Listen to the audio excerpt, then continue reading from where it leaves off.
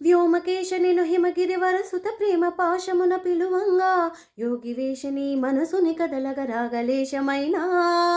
హే మహేశని భయపద దాహతి దీప్తి శోషణము జరుపంగా భోగి పూష భువనాలిని నిలుపగ అభయముద్రలోన నమక చమకముల నాదాన యమక గమకముల యోగాన కదులుతున్న ప్రాణాన ప్రణవనాద ప్రథమనాద శృతి వినరా ఈశా